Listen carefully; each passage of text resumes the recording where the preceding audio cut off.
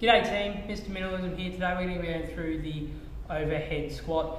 Now before we even attempt the overhead squat, we ensure that our mechanics are sorted in our overhead loaded carries, our press and our squatting in all other variants below shoulder height. So anything overhead, make sure you've always got your mechanics sorted before you attempt it. Now you can start learning your overhead squat mechanics by utilising your dowel. And the overhead kettlebell squat we're referring to today is a single kettlebell overhead squat. Now you can also use things like power bags or a depth marker of some description to make sure you're working to the correct depth, or breathe in your depth as you're practicing your overhead squat. So obviously practicing unloaded first to ensure we can actually get the mobility into the movement. Coming down, bum touches that depth marker, whatever it may be, and coming up. Okay guys, so your overhead squat obviously leads into things like your SOTS press and other advanced kettlebell moves, so ensure all your other patterns are sorted before you attempt this.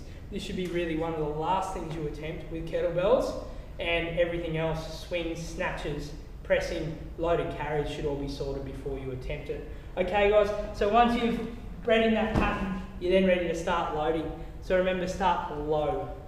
Extremely low on the loading, guys. It should be about control, not about the weight you move.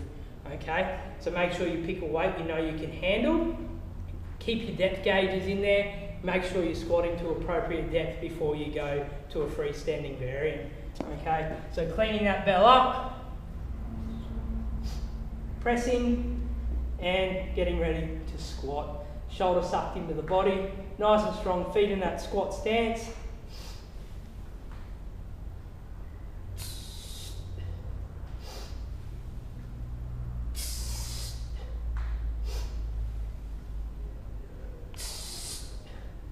Bring it down, placing it on the floor. As I said guys, an advanced kettlebell move, awesome to upgrade your mobility or skill level once you feel like you've hit a plateau with your traditional types of movements, as it focuses on the hips and shoulder mobility at the same time. Very demanding. Hope you got something out of it. Remember, take your time when progressing this into your programming, and don't forget, less is more.